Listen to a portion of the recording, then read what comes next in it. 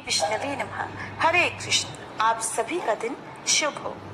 प्रिय श्रोताओं, आज आप सुनेंगे वैशाख मास महात्म्य के 7वें दिन का अध्याय और आज दिनांक है 19 अप्रैल और दिन है शनिवार। और हमारे हिंदू धर्म में शनिवार का दिन शनिदेव को समर्पित होता है और शनिदेव की कथा सुनना अत्यंत प्रभावशाली और फलदायक माना गया है, खास तौर पर उन लोगों के लिए जो जीवन में बहुत सारे संघर्ष, बाधाओं या कष्टों से गुजर रहे हो, जिनकी कुंडली में ग्रह अशुभ प्रभाव फैला रही हो।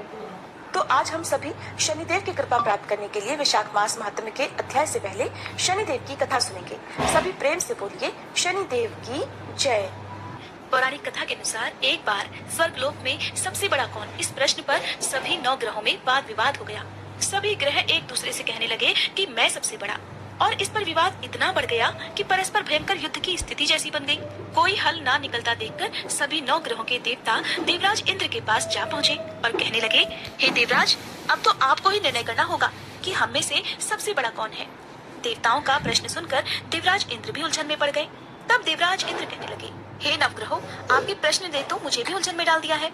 मैं इस प्रश्न का उत्तर देने में असमर्थ हूँ। हम सभी पृथ्वी लोक में उज्जैनी नगरी में राजा विक्रमादित्य के पास चलते हैं। इस प्रकार देवराज सहित सभी 9 ग्रहों के देवता उज्जैनी नगरी में जा पहुँचे। महल में पहुंचकर जब देवताओं ने उनसे अपना प्रश्न पूछा, तब राजा विक्रमादित्य भी कुछ देर के लिए परेशान हो उठे, क्योंकि सभी देवतागण अपनी अपनी शक्तियों के कारण महान थे। सभी नवग्रहों में से किसी भी एक को छोटा या बड़ा कह देने से उनके क्रोध का शिकार होना पड़ सकता था। अचानक राजा विक्रमादित्य को एक उपाय सूझा, क्योंकि राजा विक्रमादित्य को न्याय के लिए जाना जाता था।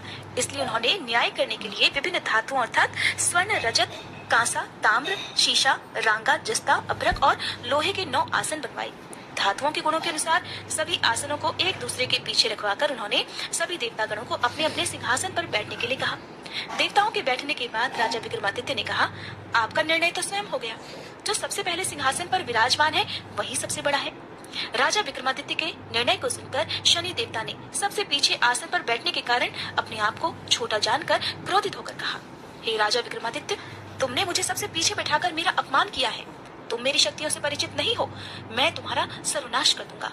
तब शनिदेव ने कहा, सूर्य एक राशि पर 1 महीने, चंद्रमा 2.25 दिन, मंगल 1.5 महीने, बुध और शुक्र 1 महीने, बृहस्पति 13 महीने रहते हैं, लेकिन मैं किसी राशि पर 7.5 वर्ष अर्थात 7.5 जिसे कहते हैं तक रहता हूँ। बड़े बड़े देवताओं को मैंने अपने प्रकोप से पीड़ित किया है। यहाँ तक कि श्री राम को भी 7.5 के कारण ही वन में जाकर रहना पड़ा था। रावण को 7.5 के कारण ही युद्ध में मृत्यु का शिकार बनना पड़ा। हे राजा, अब तू भी मेरे प्रकोप से नहीं बच सकेगा। इसके बाद अन्य ग्रहों के देवता तो बड़ी प्रसन्नता के साथ वहाँ से चले गए, परंतु शनिदेव बड़े क्रोध के साथ वहाँ से विदा हुए। राजा विक्रमादित्य पहले की तरह ही न्याय करते रहे। उनके राज्य में सभी स्त्री पुरुष बड़े आनंद से अपना जीवन यापन कर रहे थे। इस प्रकार कुछ दिन ऐसे ही सुकून से बीत गए, लेकिन उधर शनि देवता अभी तक अपने अपमान को नहीं भूल पाए थे। राजा विक्रमादित्य से बदला लेने के लिए एक दिन शनिदेव ने घोड़े के व्यापारी का रूप धारण किया और बहुत से घोड़ों के साथ उज्जैनी नगरी में जा पहुँचे। राजा विक्रमादित्य ने अपने राज्य में किसी घोड़े के व्यापारी के आने का समाचार सुना, तो उन्होंने भी अपने अश्वपाल को कुछ घोड़े खरीदने के लिए भेज दिया, क्योंकि राजा को घोड़े पालने का भी शौक था। अब घोड़े तो बहुत कीमती थे। अश्वपाल ने जब वापस लौटकर इस बारे में राजा विक्रमादित्य को बताया, तो राजा ने स्वयं आकर एक सुंदर और शक्तिशाली घोड़े को पसंद कर लिया। घोड़े की चाल देखने के लिए राजा उस घोड़े पर सवार हुए, तो वो घोड़ा तो बिजली की गति से दौड़ पड़ा। तेजी से दौड़ता हुआ घोड़ा राजा को दूर एक जंगल में ले गया और फिर वहाँ राजा को गिराकर जंगल में कहीं गायब हो गया। अब राजा अपने नगर को लौटने के लिए जंगल में ही भटकने लगा, लेकिन उन्हें लौटने का कोई रास्ता ही नहीं मिला। भटकते भटकते जंगल में इस प्रकार राजा को जोर से भूख प्यास लगने लगी। काफी दूर तक भटकने के बाद आखिरकार राजा को एक चरवाहा मिला। राजा ने उससे पानी मांगा। पानी पीकर राजा ने उस चरवाहे को अपनी अंगूठी दे दी। फिर उससे रास्ता पूछकर वो जंगल से निकलकर पास के ही एक नगर में जा पहुंचा। अब राजा विक्रमादित्य ने एक सेठ की दुकान पर बैठकर कुछ देर तक तो आराम किया। उस सेठ से राजा ने बातचीत की। राजा के बारे में पूछा तो राजा ने बताया कि मैं उज्जैनी नगरी से आया हूँ। राजा की कुछ देर दुकान पर बैठने से अब सेठ जी को बहुत बिक्री हुई। सेठ जी ने राजा को बड़ा भाग्यवान समझा कि इन्हीं के कारण आज मेरी दुकान में सबसे ज्यादा बिक्री हुई है, तो उन्होंने खुश होकर राजा को और उन्हें अपने घर ले गए। सेठ के घर में सोने का एक हार खूंटी पर लटका हुआ था। राजा को उस कमरे में छोड़कर सेठ कुछ देर के लिए बाहर चला गया। तभी एक आश्चर्यजनक घटना घटी। राजा विक्रमादित्य के देखते ही देखते सोने के उस हार को खूंटी ने निगल लिया। वापस लौटकर सेठ ने देखा कि हार तो वहाँ पर था नहीं। हार को गायब देखा तो चोरी का संदेह राजा पर ही किया, क्योंकि उस कमरे में केवल राजा ही अकेला बैठा था। तब सेठ ने अपने नौकरों से कहा कि इस परदेसी को रस्सियों से बांधकर नगर के राजा के पास ले चलो। इस तरह से राजा को रस्सियों से बांधकर नगर के राजा के पास ले जाया गया।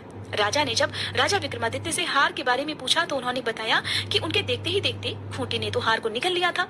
इस पर राजा ने क्रोधित होकर चोरी करने के अपराध में राजा विक्रमादित्य के हाथ पांव काटने का आदेश दे डाला। किसी ने भी राजा की बात का विश्वास नहीं किया। इस तरह से राजा विक्रमादित्य के हाथ पांव काटकर उन्हें नगर की सड़क पर छोड़ दिया गया। कुछ दिनों के बाद एक तेली उन्हें उठाकर अपने घर ले गया और उन्हें अपने कोलू पर बैठा दिया। अब राजा आवाज देकर बैलों को हाँकता रहता और इस तरह तेली का बैल चलता रहा। अब राजा को भोजन भी मिलता रहा। शनि के प्रकोप की 7.5 पूरी होने पर वर्षा ऋतु प्रारंभ हुई। अब एक दिन राजा विक्रमादित्य एक रात को मेघ मल्हार गा रहे थे कि तभी नगर के राजा की लड़की राजकुमारी मोहिनी रथ पर सवार होकर उस तेली के घर के पास से गुजरी। जब उसने मेघ मल्हार सुना तो उसे बड़ा अच्छा लगा। दासी को भेजकर गाने वाले को बुला लाने के लिए कहा। अब दासी ने लौटकर राजकुमारी को अपंग राजा के बारे में सब कुछ बता दिया। राजकुमारी उसके मेघ मल्हार से बहुत मोहित हुई, अतः उसने सब कुछ जानकर भी अपंग राजा से विवाह करने का निश्चय कर लिया। राजकुमारी ने अपने माता पिता से जब यह बात कही कि वो एक अपंग से विवाह करना चाहती है तो वे हैरान रह गए। रानी ने मोहिनी को समझाया, बेटी तेरे भाग्य में तो किसी राजा की रानी होना लिखा है, फिर तू उस अपंग से विवाह करके अपने पांव पर कुल्हाड़ी क्यों मार रही है। लेकिन राजकुमारी ने अपनी जिद नहीं छोड़ी। अपनी जिद पूरी कराने के लिए उसने भोजन करना छोड़ दिया और अपने प्राण त्याग देने का निश्चय कर लिया। आखिरकार राजा और रानी को विवश होकर अपंग विक्रमादित्य से अपनी राजकुमारी का विवाह करना ही पड़ा। विवाह के बाद राजा विक्रमादित्य और राजकुमारी उसी तेली के घर में रहने लगे। उसी रात स्वप्न में शनिदेव ने राजा से कहा, हे राजा, तुमने मेरा प्रकोप देख लिया, मैंने तुम्हें अपने अपमान का दंड दिया है। इस प्रकार राजा ने शनिदेव से क्षमा करने को कहा और प्रार्थना करते हुए कहने लगे, हे शनिदेव, आपने जितना दुख मुझे दिया है किसी और को कभी मत देना। तब शनिदेव ने कुछ सोचकर कहा, हे राजा, मैं तुम्हारी प्रार्थना स्वीकार करता हूँ। जो कोई स्त्री पुरुष मेरी पूजा करेगा, शनिवार को व्रत करके मेरी व्रत कथा सुनेगा, उस पर मेरा आशीर्वाद सदा बना रहेगा। इस प्रकार प्रातः काल जब राजा विक्रमादित्य की नींद खुली तो उसने अपने हाथ पांव सही सलामत देखे। ये देखकर राजा को बड़ी खुशी हुई। उसने मन ही मन शनिदेव को प्रणाम किया। राजकुमारी भी राजा के हाथ पांव सही सलामत देखकर आश्चर्य में डूब गई। तब राजा विक्रमादित्य ने अपना असली परिचय देते हुए शनिदेव के प्रकोप की सारी कहानी रानी को कह सुनाई। सेठ को जब इस बात का पता चला तो वो दौड़ा दौड़ा तेली के घर पहुंच गया। राजा के चरणों में गिरकर क्षमा मांगने लगा। राजा ने उसे क्षमा कर दिया क्योंकि ये सब तो शनिदेव के प्रकोप के कारण हुआ था। सेठ राजा को अपने घर ले गया और उन्हें भोजन कराया। भोजन कराते समय वहाँ एक आश्चर्यजनक घटना घटी। सबके देखते देखते उस खूंटी ने हार उगल दिया। ये देखकर सेठ बड़ा प्रसन्न हुआ और सेठ ने अपनी बेटी का विवाह भी राजा के साथ कर दिया। बहुत सारे स्वर्ण आभूषण और धन आदि देकर राजा को अपनी बेटी के साथ विदा कर दिया। अब राजा विक्रमादित्य राजकुमारी मोहिनी और सेठ की बेटी के साथ उज्जैनी नगरी में पहुँचे तो नगर वासियों ने बड़ी खुशी से उनका स्वागत किया। अगले दिन राजा विक्रमादित्य ने पूरे राज्य में घोषणा करा दी कि शनिदेव सभी देवों में सर्वश्रेष्ठ हैं, इसलिए हर स्त्री और पुरुष शनिवार को उनका व्रत करें और व्रत कथा अवश्य सुने। राजा विक्रमादित्य की घोषणा से शनिदेव बड़े प्रसन्न हुए। शनिवार का व्रत करने और व्रत कथा सुनने के कारण सभी लोगों की मनोकामनाएं शनिदेव की कृपा से पूरी होने लगी। सभी लोग बड़े आनंद पूर्वक रहने लगे। बोली शनि देवता की जय। एक बार भगवान श्री राम महर्षि अगस्त से मिलने के लिए उनके आश्रम पर पहुँचे। वहाँ पहुंचकर प्रभु श्री राम ने मुनि अगस्त को प्रणाम किया।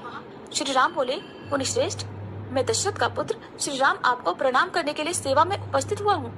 आप अपनी सौम्य दृष्टि से मेरी ओर देखिए। इतना कहकर उन्होंने बारंबार मुनि के चरणों में प्रणाम किया और कहा, भगवान, मैं शंभुक नामक शूद्र का वध करके आपके दर्शन की इच्छा से यहाँ आया हूँ। कहिए, आपके शिष्य कुशल से है ना? इस वन में कोई उपद्रव तो नहीं है? अगस्त्य जी बोले, रघुश्रेष्ठ, आपका स्वागत है। जगतवंद्य सनातन परमेश्वर, आपके दर्शन से आज मैं इन मुनियों सहित पवित्र हो गया। आपके लिए ये अर्घ्य प्रस्तुत है, इसे स्वीकार करें। आप अपने अनेकों उत्तम गुणों के कारण सदा सबके सम्मान पात्र हैं। मेरे हृदय में तो आप सदा ही विराजमान रहते हैं, अतः मेरे परम पूज्य हैं। आपने अपने धर्म से ब्राह्मण के मरे हुए बालक को जिला दिया। भगवान, आज रात को आप यहाँ मेरे पास ही रहिए। महामते, कल सवेरे आप पुष्पक विमान से अयोध्या को लौट जाइएगा। सौम्य, ये आभूषण विश्वकर्मा का बनाया हुआ है। ये दिव्य आभरण है और अपने दिव्य रूप और तेज से जगमगा रहा है। राजन, आप इसे स्वीकार करके मेरा प्रिय कीजिए, क्योंकि प्राप्त हुई वस्तु का पुनः दान कर देने से महान फल की प्राप्ति बताई गई है। श्री राम ने कहा, ब्राह्मण, आपका दिया हुआ दान लेना मेरे लिए तो बहुत निंदा की बात होगी। क्षत्रिय जानबूझकर ब्राह्मण का दिया हुआ दान कैसे ले सकता है, ये बात आप मुझे बताइए। किसी आपत्ति के कारण मुझे कष्ट हो ऐसी बात भी नहीं है, फिर दान कैसे लूं? इसे लेकर मुझे केवल दोष का भागी होना पड़ेगा, इसमें बिल्कुल भी संदेह नहीं। तब अगस्त्य जी बोले, श्री राम, प्राचीन सतयुग में जब अधिकांश मनुष्य ब्राह्मण ही थे, तब समस्त प्रजा राजा से हीन थी। एक दिन सारी प्रजा पुराण पुरुष ब्रह्मा जी के पास राजा प्राप्त करने की इच्छा से गई और कहने लगी, लोकेश्वर, जैसे देवताओं के राजा देवाधिदेव इंद्र हैं, उसी प्रकार हमारे कल्याण के लिए भी इस समय एक ऐसा राजा नियत कीजिए जिसे पूजा और भेंट देकर सब लोग पृथ्वी का उपभोग कर सकें। तब देवताओं में श्रेष्ठ ब्रह्मा जी ने इंद्र सहित समस्त लोकपालों को बुलाकर कहा कि तुम सब लोग अपने अपने तेज का अंश यहाँ एकत्रित करो।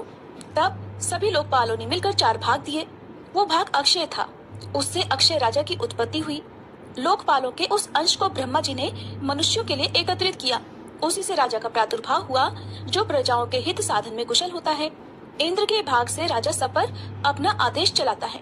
वरुण के अंश से समस्त देहधारियों का पोषण करता है। कुबेर के अंश से वह याचकों को धन देता है और राजा में जो यमराज जी का अंश है उसके द्वारा वह अपनी प्रजा को दंड देता है। रघुश्रेष्ठ, उसी इंद्र के भाग से आप भी मनुष्यों के राजा हुए हैं, इसलिए प्रभु मेरा उद्धार करने के लिए ये आभूषण ग्रहण कीजिए। पुलत्स्य जी कहते हैं, राजन, तब श्री रघुनाथ जी ने महात्मा अगस्त्य के हाथ से वह दिव्य आभूषण ले लिया जो बहुत ही विचित्र था और सूर्य की तरह चमक रहा था। उसे लेकर वे बहुत देर तक निहारते रहे। बार बार विचार करने लगे कि ऐसे रत्न तो मैंने विभीषण की लंका में भी नहीं देखे।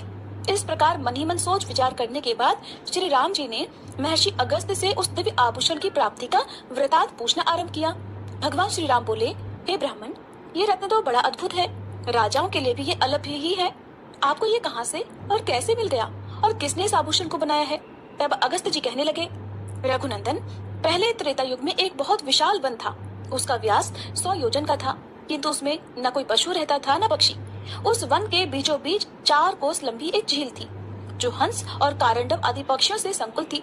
वहाँ मैंने एक बड़े आश्चर्य की बात देखी कि सरोवर के पास ही एक बहुत बड़ा आश्रम था जो बहुत पुराना होने पर भी अत्यंत पवित्र दिखाई देता था, किंतु उसमें कोई तपस्वी नहीं था और न ही कोई और जीव थे। मैंने उस आश्रम में रहकर ग्रीष्म काल की एक रात बिताई। सवेरे उठकर जब तालाब की ओर चला तो रास्ते में मुझे एक बहुत बड़ा मुर्दा दिख पड़ा जिसका शरीर अत्यंत हष्ट-पुष्ट था। मालूम होता था कि किसी तरुण पुरुष का यह शव है। उसे देखकर मैं सोचने लगा, ये कौन है, इसकी मृत्यु कैसे हो गई और ये इस महान वन में आया कैसे था। इन सारी बातों का मुझे अवश्य ही पता लगाना चाहिए। मैं खड़ा खड़ा यही सोच रहा था कि इतने में ही आकाश से एक दिव्य और अद्भुत विमान उतरता दिखाई दिया। वह परम सुंदर और मन के समान वेगशाली था। एक ही क्षण में वह विमान सरोवर के निकट आ पहुंचा। मैंने देखा उस विमान से एक दिव्य मनुष्य उतरा और सरोवर में स्नान कर उस मुर्दे का मांस खाने लगा। उस मोटे ताजे मुर्दे का भरपेट मांस खाकर वह फिर उस सरोवर में उतरा और उसकी शोभा को निहारकर फिर जल्दी ही स्वर्ग की ओर जाने लगा। उस शोभा संपन्न देवोपम पुरुष को ऊपर जाते देखकर मैं कहने लगा कि स्वर्गलोक के निवासी महाभाग, थोड़ा ठहरो तो सही, मैं तुमसे एक बात पूछता हूँ, तुम्हारी ये कैसी अवस्था है? तुम कौन हो?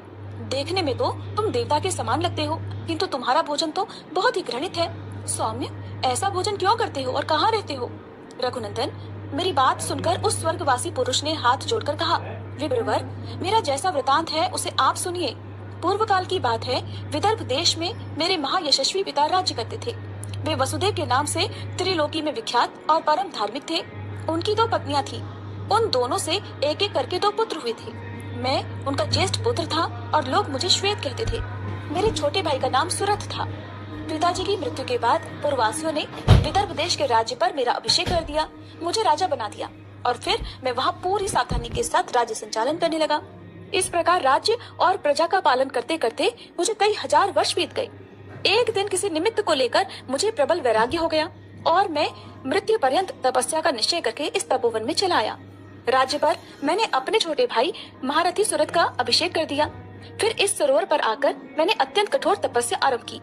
उसके प्रभाव से मुझे भुवनों में सर्वश्रेष्ठ कल्याण में ब्रह्मलोक की प्राप्ति हुई, किंतु वहाँ पहुँचने पर मुझे भूख और प्यास अधिक सताने लगी। मेरी इंद्रियां तिलमिला उठी। मैंने त्रिलोकी के सर्वश्रेष्ठ देवता ब्रह्मा जी से पूछा कि भगवान, ये लोग तो भूख और प्यास से रहित सुना गया है।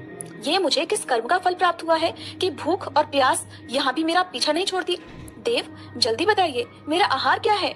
महामुनि, इस पर ब्रह्मा जी ने बहुत देर तक सोचने के बाद कहा, तात, पृथ्वी पर कुछ दान किए बिना यहाँ कोई वस्तु खाने को नहीं मिलती।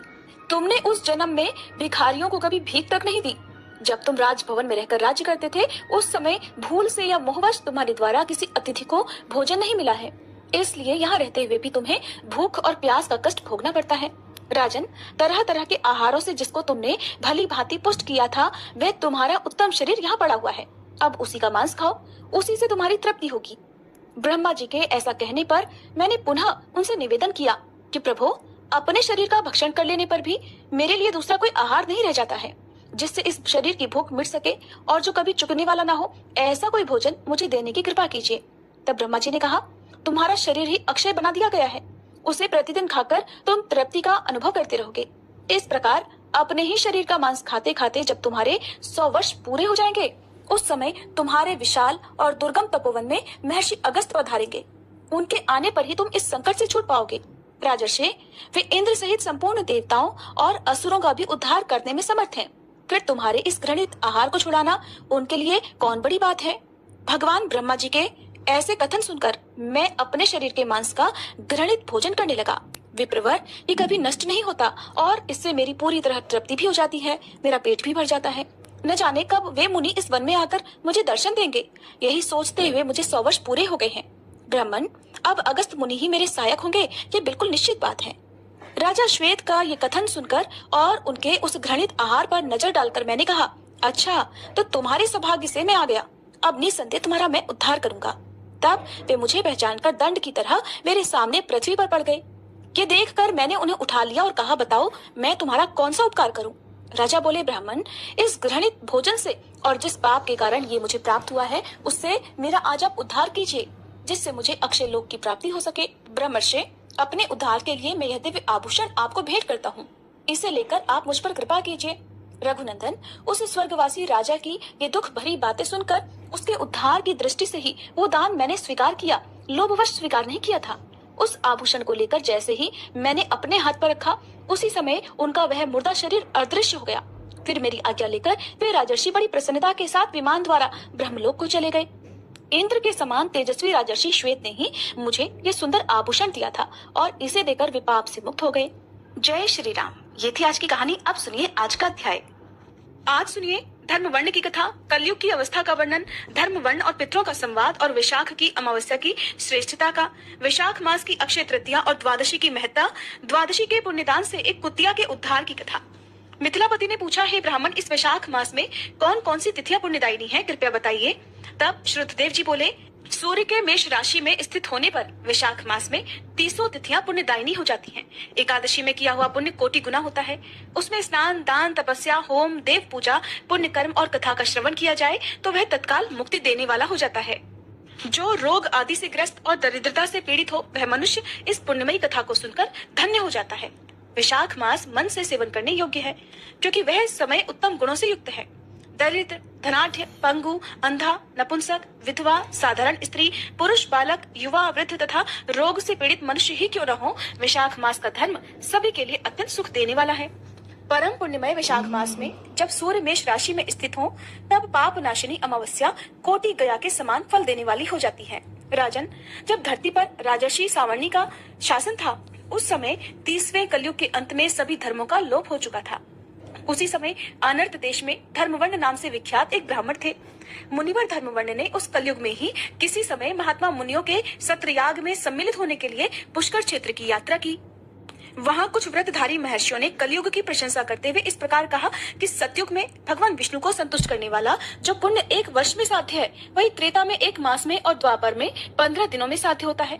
किंतु कलयुग में भगवान विष्णु का स्मरण कर लेने मात्र से ही उससे कहीं 10 गुना पुण्य प्राप्त हो जाता है। कलयुग में बहुत थोड़ा सा पुण्य भी कोटि गुना होता है। जो एक बार भी भगवान का नाम लेकर दया दान करता है, दुर्भिक्ष में अर्थात अकाल में अन्न देता है, वह निश्चय ही ऊर्ध्वलोक में गमन करता है। यह सुनकर देवर्षि नारद हंसते हुए उन्मत्त के समान नृत्य करने लगे। सभासदों ने पूछा, नारद जी क्या बात है?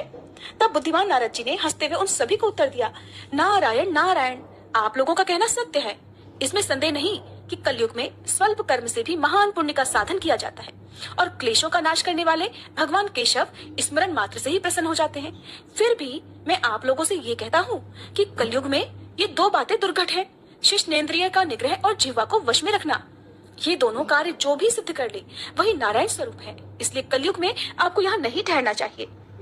नारद जी की बात सुनकर उत्तम व्रत का पालन करने वाले महर्षि सहसा यज्ञ को समाप्त करके सुखपूर्वक चले गए। सामने जब बात सुनकर भूलोक को त्याग देने का विचार किया। उन्होंने ब्रह्मचर्य व्रत धारण करके दंड और कमंडल हाथ में लिया और जटावल्कलधारी होकर वे कलयुग के अनाचारी पुरुषों को देखने के लिए घर छोड़कर चल दिए। उनके मन में बड़ा विस्मय हो रहा था। उन्होंने देखा प्रायः मनुष्य पापाचार में प्रवृत्त होकर बड़े भयंकर और दुष्ट हो गए हैं। ब्राह्मण पाखंडी हो गए हैं, शूद्र संन्यास धारण करते हैं, पत्नी अपने पति से द्वेष रखती है, शिष्य गुरु से वैर करता है, सेवक स्वामी के और पुत्र पिता के घात में लगा हुआ है। ब्राह्मण शूद्रवत और गौवें बकरियों के समान हो गई हैं। वेदों में केवल गाथा की ही प्रधानता रह गई है। शुभ कर्म साधारण लौकिक कृत्यों के समान ही रह गए हैं। इनके प्रति किसी की भी महत्व बुद्धि नहीं है। भूत प्रेत और पिशाच आदि की उपासना चल पड़ी है। सभी लोग मैथुन में आ सकते हैं और उसके लिए अपने प्राण भी खो बैठते हैं। सब लोग झूठी गवाही देते हैं। मन में सदा छल और कपट भरा रहता है। कलयुग में सदा लोगों के मन में कुछ और, वाणी में कुछ और कर्मों में कुछ और ही देखा जाता है। सबकी विद्या किसी न किसी स्वार्थ को लेकर ही होती है और केवल राजभवन में ही उसका आदर होता है। संगीत आदि कलात्मक विद्याएं भी राजाओं को प्रिय हैं। कलयुग में अधर्म मनुष्य पूजे जाते हैं और श्रेष्ठ पुरुषों की अवहेलना होती है। कलयुग में वेदों के विद्वान ब्राह्मण दरिद्र होते हैं। लोगों में प्रायः भगवान की भक्ति नहीं होती। पुण्य क्षेत्र में पाखंड अधिक बढ़ जाता है। शूद्र लोग जटाधारी तपस्वी बनकर धर्म की व्याख्या करते हैं। सभी मनुष्य अल्पायु, दयाहीन और शठ होते हैं। कलयुग में प्रायः सभी धर्म के व्याख्याता बन जाते हैं और दूसरों से कुछ लेने में ही उत्सव मनाते हैं। अपनी पूजा कराना चाहते हैं और व्यर्थ ही दूसरों की निंदा भी करते हैं। अपने घर आने पर सभी अपने स्वामी के दोषों की चर्चा में तत्पर रहते हैं। कलयुग में लोग साधुओं को नहीं जानते, पापियों को ही बहुत आदर देते हैं। दुराग्रही लोग इतने दुराग्रही होते हैं कि साधु पुरुषों के एक दोष का भी ढिंढोरा पीटते हैं और पापात्माओं के दोष समूहों को भी गुण बतलाकर उनका गुणगान करते हैं। कलयुग में गुणहीन मनुष्य दूसरों के गुण न देखकर उनके दोष ही ग्रहण करते हैं। जैसे पानी में रहने वाली जोंक प्राणियों के रक्त पीती है, जल नहीं पीती, उसी प्रकार जोंक के धर्म से संयुक्त होकर मनुष्य दूसरे का रक्त चूसते हैं। औषधियां शक्तिहीन होती हैं, ऋतुओं में उलटफेर हो जाता है, सभी राष्ट्रों में अकाल पड़ता है, कन्या योग्य समय में संतानोत्पत्ति नहीं करती। लोग नट और नर्तकों की विद्याओं से विशेष प्रेम करते हैं। जो वेद वेदांत की विद्याओं में तत्पर और अधिक गुणवान हैं, उन्हें अज्ञानी मनुष्य सेवक की दृष्टि से देखते हैं। वे सब के सब भ्रष्ट होते हैं। कलयुग में प्रायः लोग श्राद्ध कर्म का भी त्याग कर देते हैं, वैदिक कर्मों को छोड़ बैठते हैं। प्रायः जिह्वा पर भगवान विष्णु के नाम कभी नहीं आते। लोग श्रृंगार रस में अधिक आनंद का अनुभव करते हैं और उसी के गीत गाया करते हैं। कलयुग के मनुष्यों में न कभी भगवान विष्णु की सेवा देखी जाती है, न शास्त्रीय चर्चा होती है, न कहीं यज्ञ की दीक्षा है, न विचार का लेश है, न तीर्थ यात्रा है और न दान धर्म ही होते देखे जाते हैं। ये कितने आश्चर्य की बात है। उन सब को देखकर धर्मवंड को बड़ा भय लगा। पाप से कुल की हानि होते देख अत्यंत आश्चर्य से चकित होकर वे दूसरे द्वीप में ही चले गए। सब द्वीपों और लोकों में विचरते हुए बुद्धिमान धर्मवंड किसी समय कौतूहलवश पितृलोक में गए। वहां उन्होंने कर्म से कष्ट पाते हुए पितरों को बड़ी भयंकर दशा में देखा। वे दौड़ते, रोते और गिरते पड़ते थे। उन्होंने अपने पितरों को भी नीचे अंधकूप में पड़े हुए देखा। उन्हें देखकर आश्चर्यचकित होकर दयालु धर्मवंड ने पूछा कि आप लोग कौन हैं? किस दुस्तर कर्म के प्रभाव से आप इस अंधकूप में पड़े हुए हैं?